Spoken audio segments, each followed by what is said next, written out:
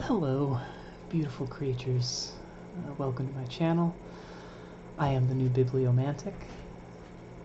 Let's get a reading for you today. See what you need to hear. Hey, puppy. Okay, let's see. What book? Let's take a reading from Star Diary. No new spiritual revelations. So...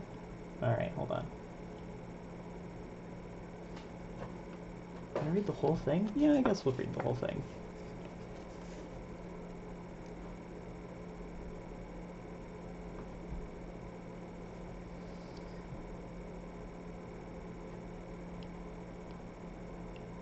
Dear Diary, opprobrium be not thine, I pray, for thy constant attendance to the goddess.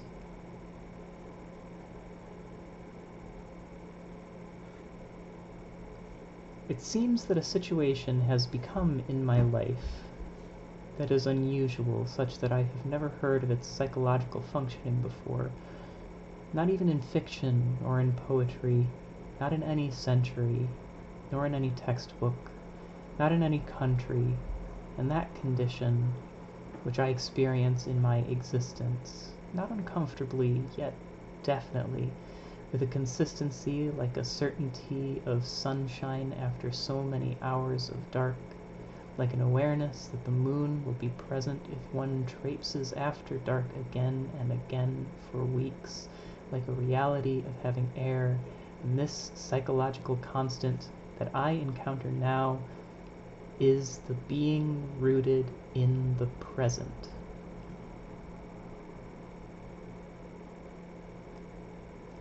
Thus, there has been no previous house that I lived in.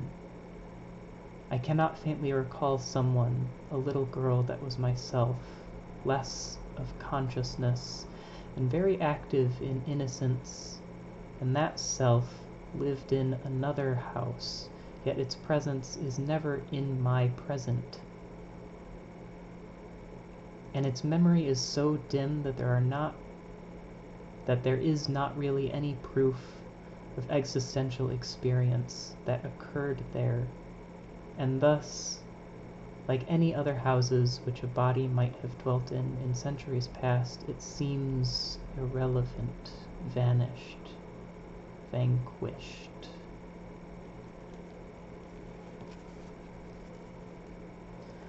So I describe how my present house is all that I have, and furthermore, I cannot seem to foresee any other house, not in all my life. And this is because I exist only in the here and now, and not in any potential which might become, because I have tried to find houses that I might like to exchange this for that, with complex financial transactions, and yet, no matter how extensive their property acreage, no matter how newly built they are, no matter how many more square feet and how much more chic or stylish they seem to be, I can never find anything that I like so much as my present house, which seems perfect to my adaptation to it, and thus I cannot imagine moving anywhere, ever, in my life, because I am grown into my life, my house, my everyday reality, here. Indeed, the fact of my dwelling only in the present moment has gone so far as to include the reality of my inability to buy anything new that I have not already now. And thus, I wear my classics, I read my classics, I write my classics, and with what I have about me, within me, now, and not with anything new.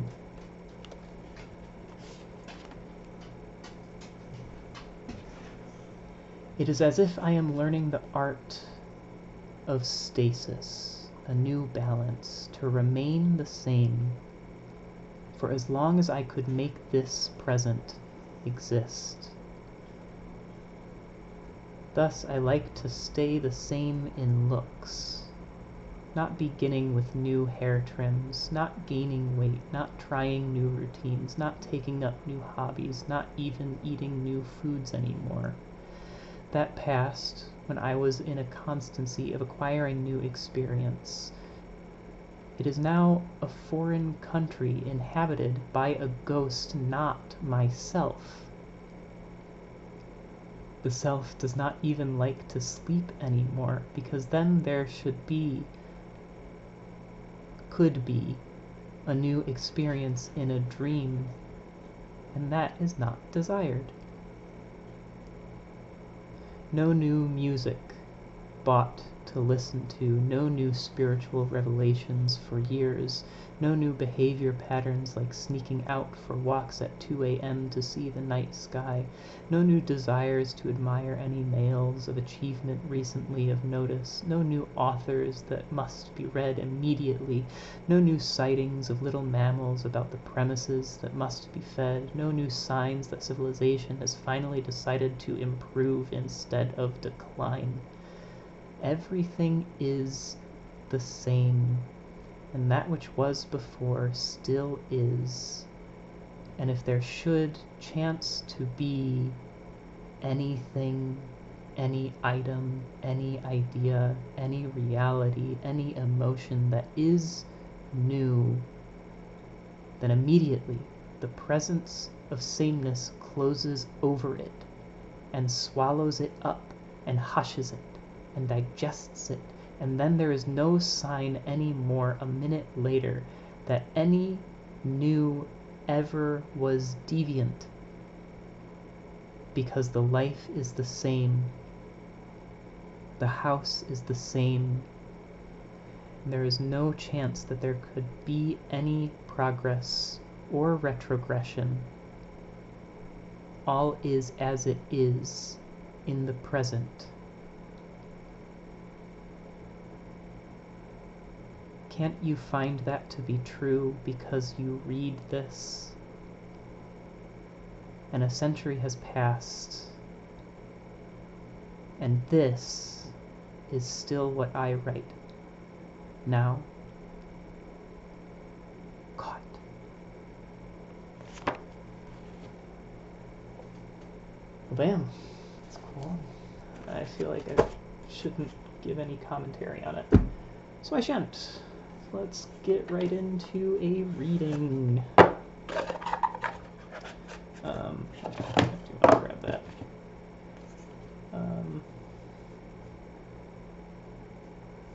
Alright, I guess we're gonna do this.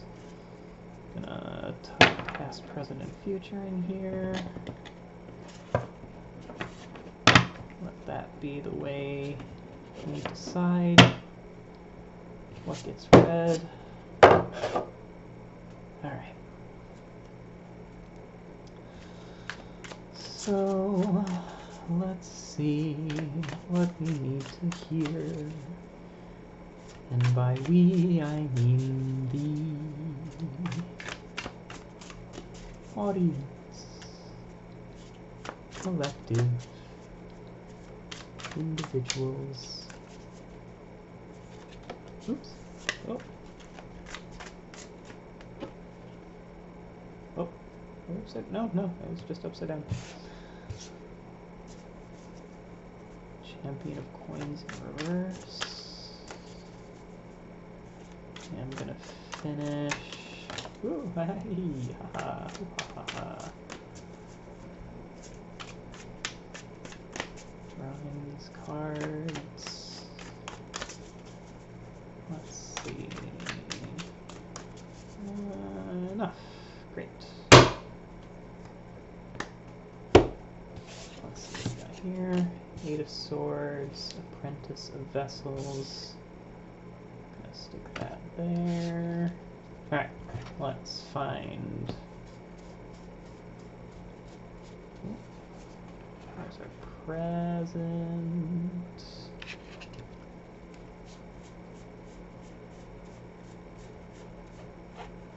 There's our past. And here comes the future. Okay, cool. Thank you so much. Let's see what we have to say today. Alright, past, present, future. Past is the Apprentice of Wands.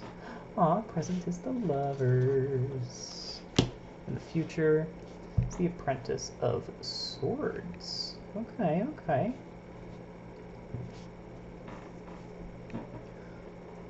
So a movement from sightseeing to conquering knowledge. We got 3 apprentices here. And a champion in reverse. Alright, let's see what the guidebook has to say about this. Let's start with the wands. Where are we? Oh, whoops, too far. Wands, Apprentice of Wands. Apprentice of Wands is a daydreamer and a stargazer.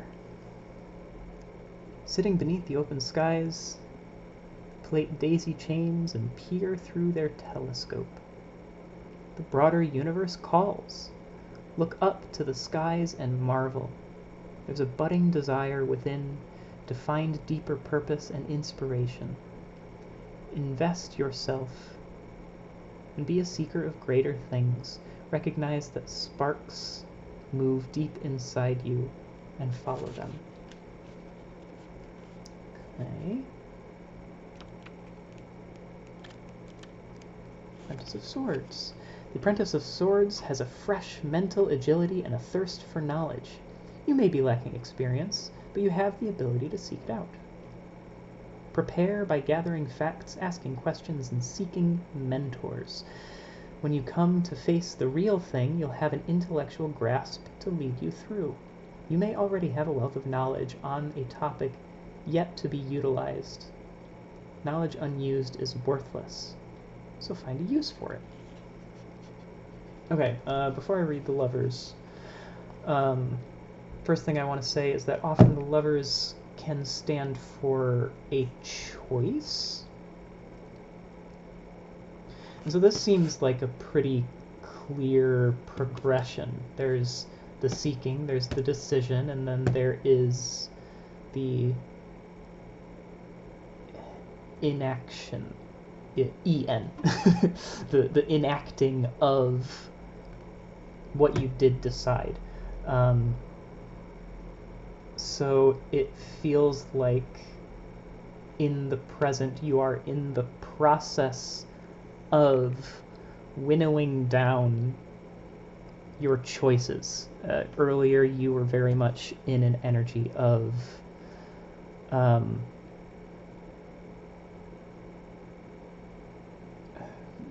grasping at the grand horizon, trying to find that thing that gives your spark energy. There's a kind of playfulness going on here. The daisy chaining is an archetypally childish activity. It's very much this, like, kids have a ton of energy, but like they don't know what to do with it. So like you send them to the park, you let them have recess. During that, you know, they'll just play in a field and pick daisies and braid them together, and hooray, that's creative expression. It's a process of learning. It's a process of expending energy because it needs to be expended. It's unnatural to force a child to sit still and like do paperwork. That's I mean, it's, yeah, anyways. But as you grow up and mature, you have a more of life's experiences unfold for you. you go through puberty and you realize that you have built into your humanity a desire for other. I mean, not everybody, take what works, leave what doesn't. Not everybody has romantic desire, but many people do, enough that it's a pretty vast industry. Or not, anyways. But that is, again, the archetypal progression of human experience. We learn how to use certain energies, and then when the time is right, those energies get directed to something else. So I'm talking specifically about the creative energy, the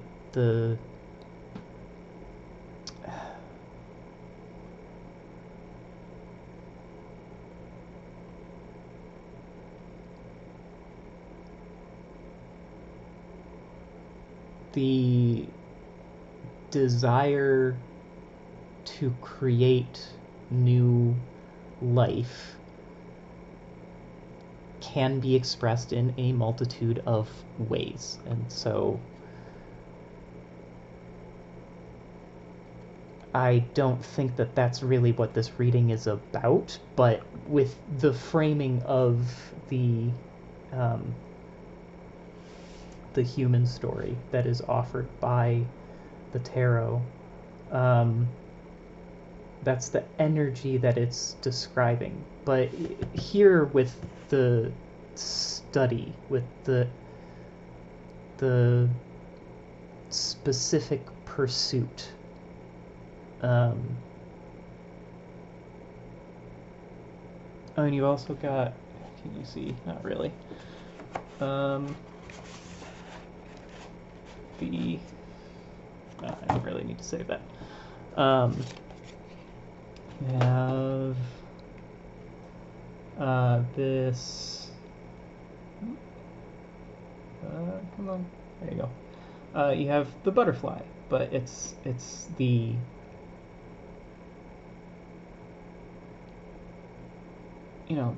post-transformation that I think is described in this reading.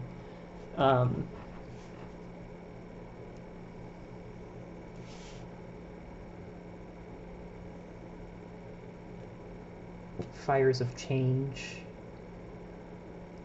is what I'm seeing there. So right now you are going through some kind of thing. And unfortunately, I think a lot of times we like to believe that when we are in the middle of a change, it has an end point, and then we can be done. But just speaking from my own personal experience, that's not necessarily true, and that also seems to be what is pointed to here in the future spot. Like, this change is the reinitiation of a path.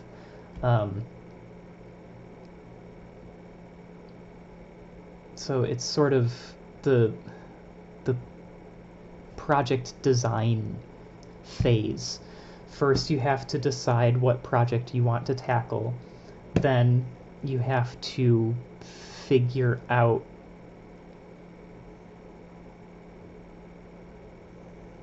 how to do that, how to pair yourself with this creative force, this specific creative force. And then you have to actually do the project after you design it, after you write the lesson plan. You have to go through the lesson. So that's the message I'm getting there. Let's talk about these. Let's see what we have going on here. Champion of coins. Coins. Okay, boop. to attract a mate. The blue bowerbird gathers precious blue flowers, ribbons, and plastic ephemera to build a nest. The champion of coins knows what they want and has paid attention to peripheral details. Be perceptive and get everything required ready and in place before you pursue what your eyes are set on. Don't be shy. Flaunt your insight, build trust, and prove yourself worthy. So,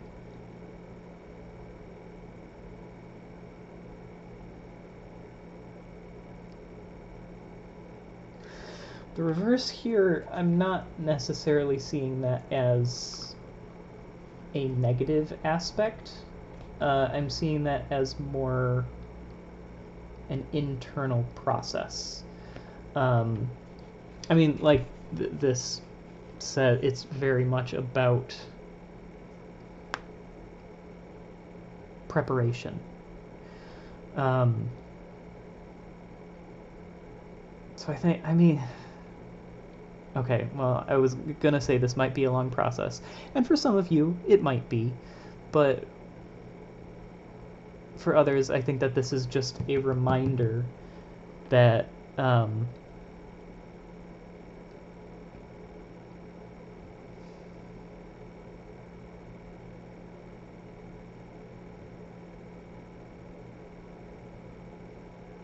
in this phase of preparation, what you are doing is, well, preparing, sorry. You are gathering resources for this future step. And in this step,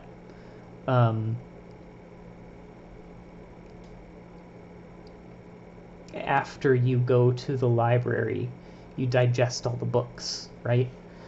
But you're not going to digest the whole library. So take care with the nest that you build at this phase in your life as you approach this new thing. For some of you, it might be that you do have to work on making a decision. You might have 2 or 3 different things that really do ignite you, and at this point, like, you just have to make a choice and stick with it and accept that opportunity cost is part of what you are paying for. If you split your energies and attentions between a bunch of different projects, it's not gonna go well for you, because, I mean, to use like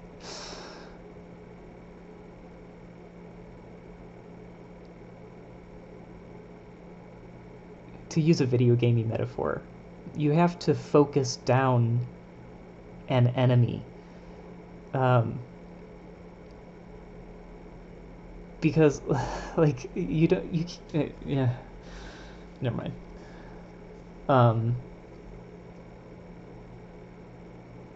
Well, okay, if an enemy still has 1 hit point,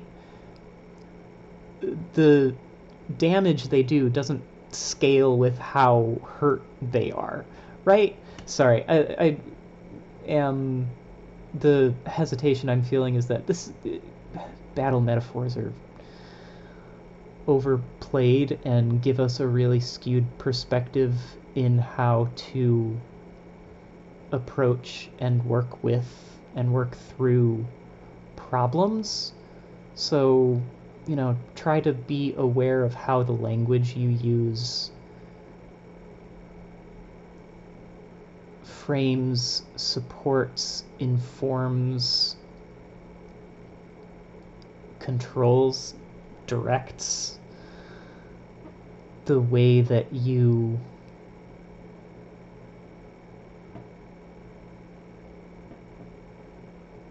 move and think and are. But that's, you know, that's just an aside. That's not the metaphor is still valid. Like, you have to focus on one thing at a time, because if you, let's take paying off debt. Like, if you have 3 different things that you want to pay off, like, yes, you could split 100, like, if you could split everything that you have to pay towards debt to 33% to each of the different things, but then for like the whole time you are going to be focusing on 3 different things.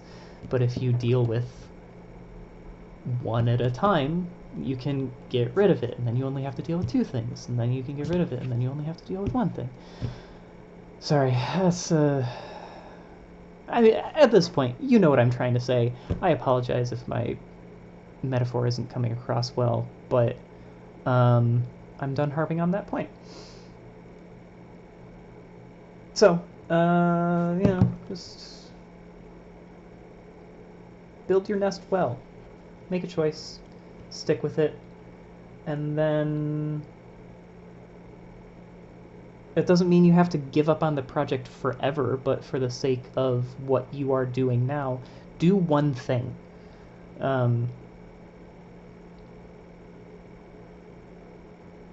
Yeah. Yeah, okay. Let's get our vessels going. Apprentice. Oh, right, it was good. Okay, hold on. We'll read that in a bit.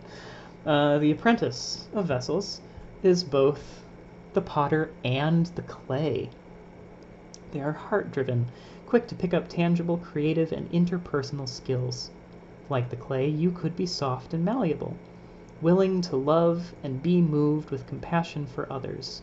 This raw, romantic, and fierce vulnerability is a firm foundation for the mastery of your own heart and how you connect with others. Don't lose it. When hurt, don't let it plant bitterness within you. Your heart is more powerful than you think.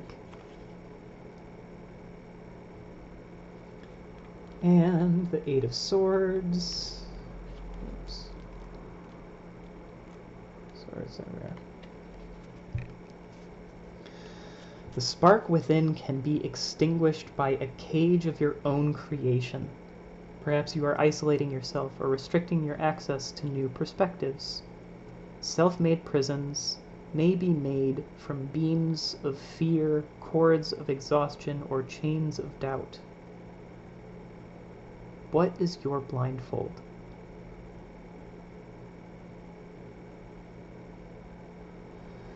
Unlike the hermit, this is not a healthy form of self-reflection. Break out of your echo chamber and unlock your senses with courage. So I think the big message I'm getting here is about a choice, is about a decision. You have lots of choices that you can make, and each one is good, and that's part of why this decision is so difficult for you right now. But at a certain point, you just kind of have to make a choice and stick with it and see it through. Because at this point in the process, any of them is equally possible. And when you start to go down the path of one project, the other options that you were weighing become less possible. And that feels scary because you can feel them receding away from you. But don't let that stop you. Make a choice and stick with it. Do not loop back to this point where you are now, this feeling of familiarity. just because that's where you are.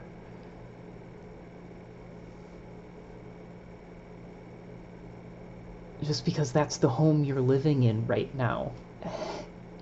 As you move forwards, the new place will become your home. It will become your present. Acknowledge the fact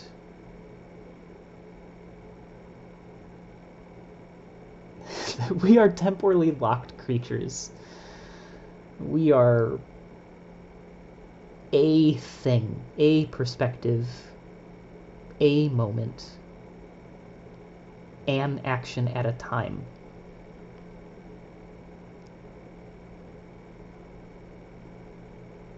And work with that.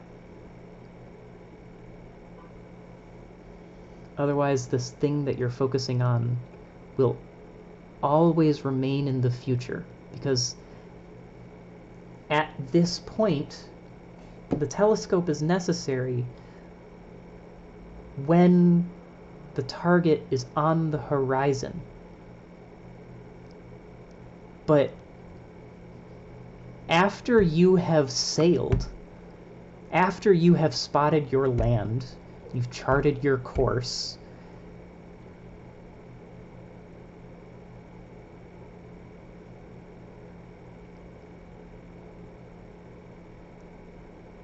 the tool has done its job. You don't want to stay in one spot at sea just because you love your telescope. And your telescope is awesome and it's super good at its job.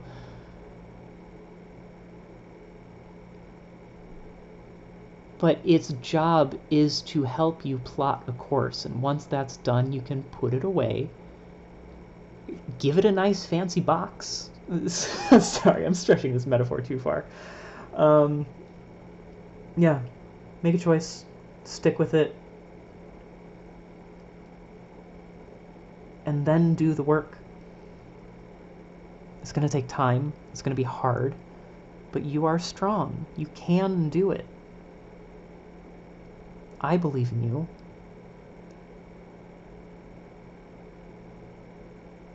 And I know that eventually you can and will believe in yourself. You might take it for granted. You probably will. Because when you're halfway through the project, you're just focused on that thing. And like, obviously this project is the thing that I'm doing. Obviously this home is the one that I have. But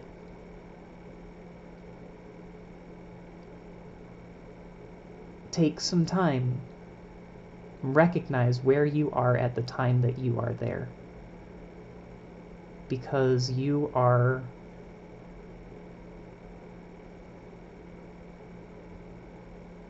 good at whatever it is you are led to do.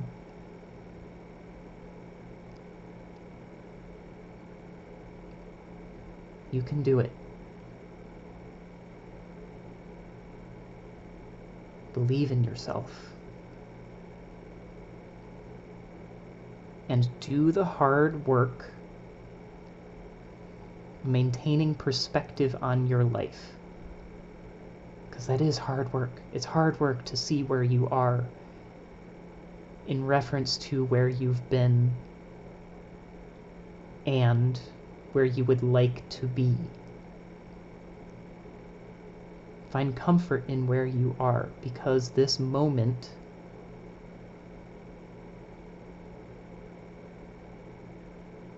is defined by change. Momentum.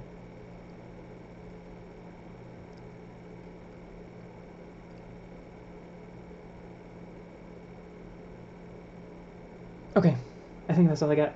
I love you so much. Good luck. And yeah, love yourself. Love yourself. Love yourself. I'll see you next time.